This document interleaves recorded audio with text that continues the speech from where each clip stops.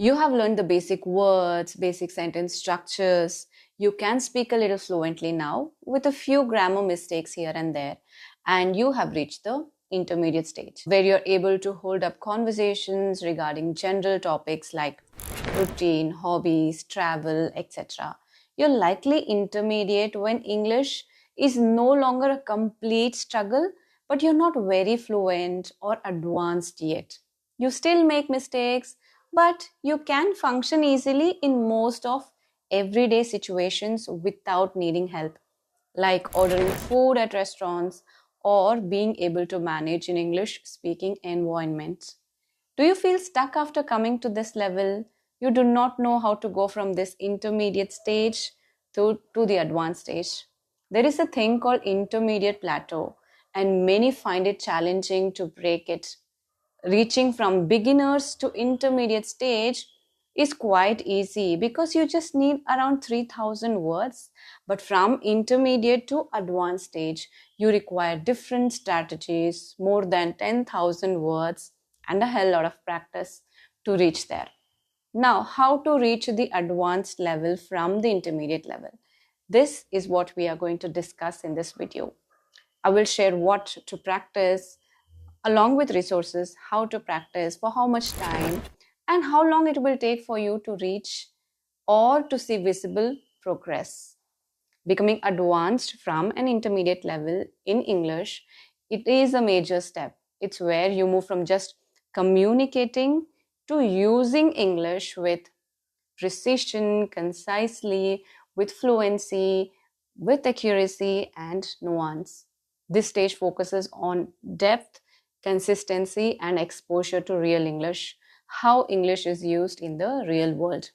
I've included how and what kind of vocabulary you need to focus on, what topics of grammar you should perfect, and how you can master it. I've also included resources and a daily routine for your daily practice, what you should listen to, how to practice speaking, reading, and writing. So stay tuned. Here's a practical roadmap for learners to go from intermediate to advanced in English. Number one step, the first one is to identify your weak areas. How do you even improve when you do not know what you're lacking in? Some people do not have enough vocabulary, others are not very fluent, and others do not have proper knowledge of grammar. Even at intermediate level, gaps exist. Ask yourself, do I struggle more with speaking, writing, listening, or vocabulary? Can I understand fast English? Do I sound robotic or unnatural while speaking? Track your strengths and weaknesses to set clear goals. Once you know what your weak areas are, it will be easier for you to take the necessary steps. So, do this first step. Next step is deepen your core language skills. Now, let me ask you a question. What are your core language skills? Yes, they are vocabulary and grammar. First, let's deal with vocabulary expansion. Learn words in context, not in isolation. I have been telling this in so many of my videos. Example, instead of just learning negotiate, learn it with phrases at least, like negotiate a deal, or successful negotiation, or negotiating tactics. Focus on idioms, phrasal verbs, and collocations. If you have reached the intermediate stage and you're actively engaged in your English learning journey, I'm sure you know what idioms are, what phrasal verbs are, and what collocations are.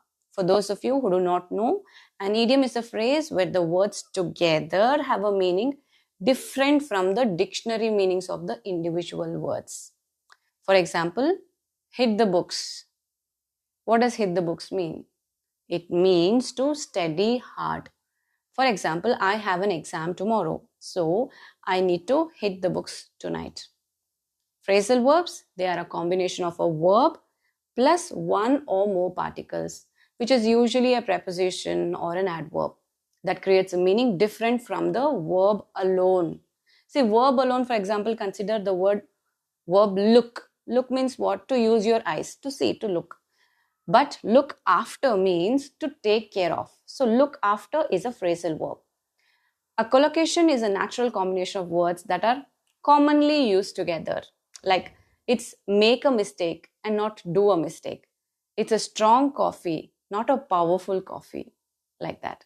After you have expanded your vocabulary, let's now come to grammar mastery. You already know basic grammar. Now master these 5 areas of grammar. What are they? The first one is reported speech or indirect speech. See, for example, consider this. He said, I am tired. He said he was tired. This is reported speech. Or he asked, where are you going? He asked where I was going. Note the shift in tenses from present to past.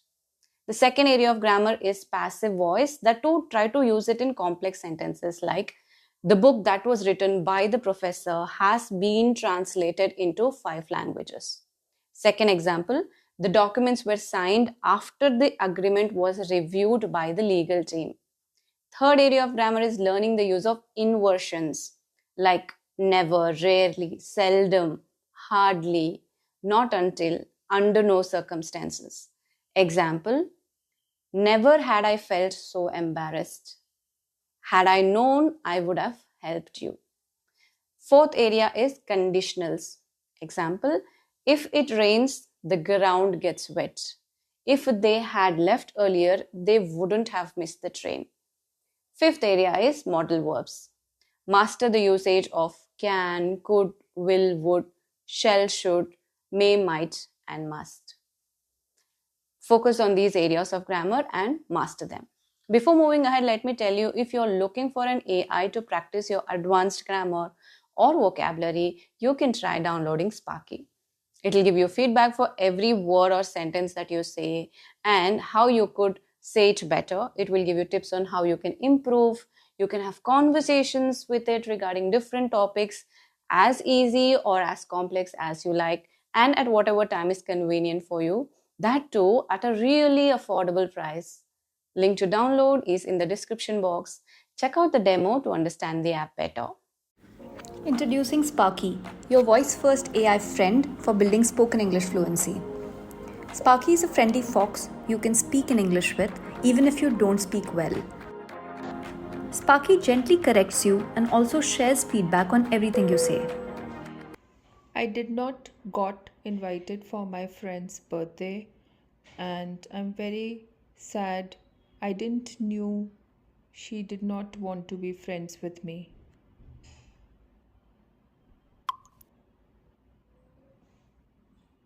Oh no, I'm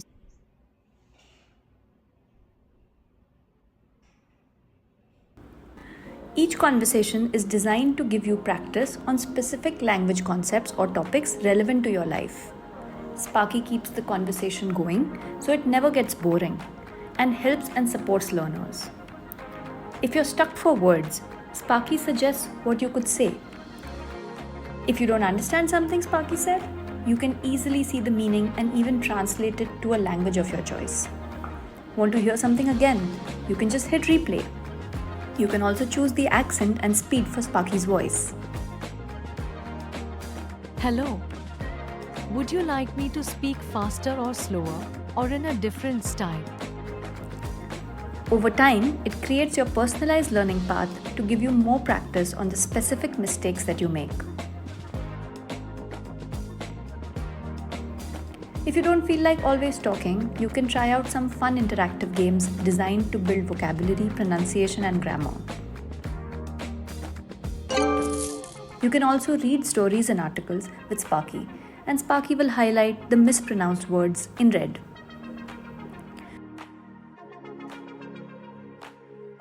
Users see Sparky as a friend and enjoy talking to it. I want to share a few things with you. Like in friendship, I always try to put my efforts in my all possible best ways.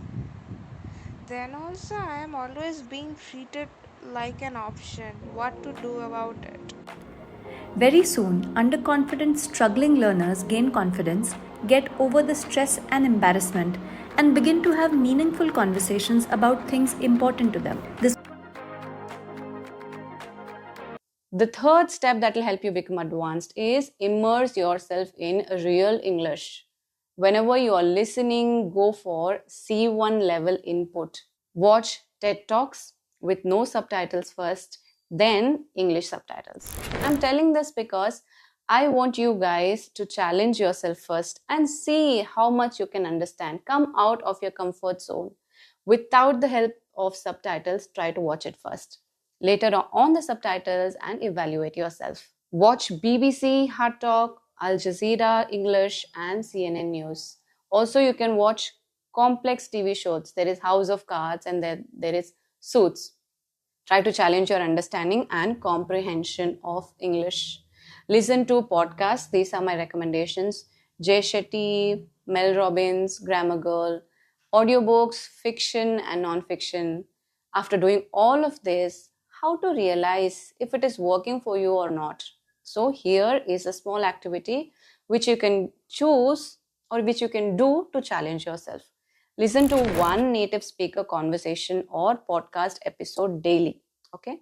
So after listening, write just 2 sentence summary. This is a challenge. Just 2 sentence summary. This will improve your comprehension. The fourth step is advance your speaking. Practice fluency plus accuracy. This is a stage where you should not only focus on fluency but also speaking correctly. For that, you can do the shadowing technique. You already know what shadowing is, but here try to listen to native speakers and mimic their pronunciation and speed. You can either repeat along with the video or pause it at regular intervals and then speak. Try with TED Talks or short movie scenes. If possible, I would definitely recommend you to join Toastmasters, which is a public speaking club. You can alternatively join WhatsApp or Telegram speaking groups to practice speaking.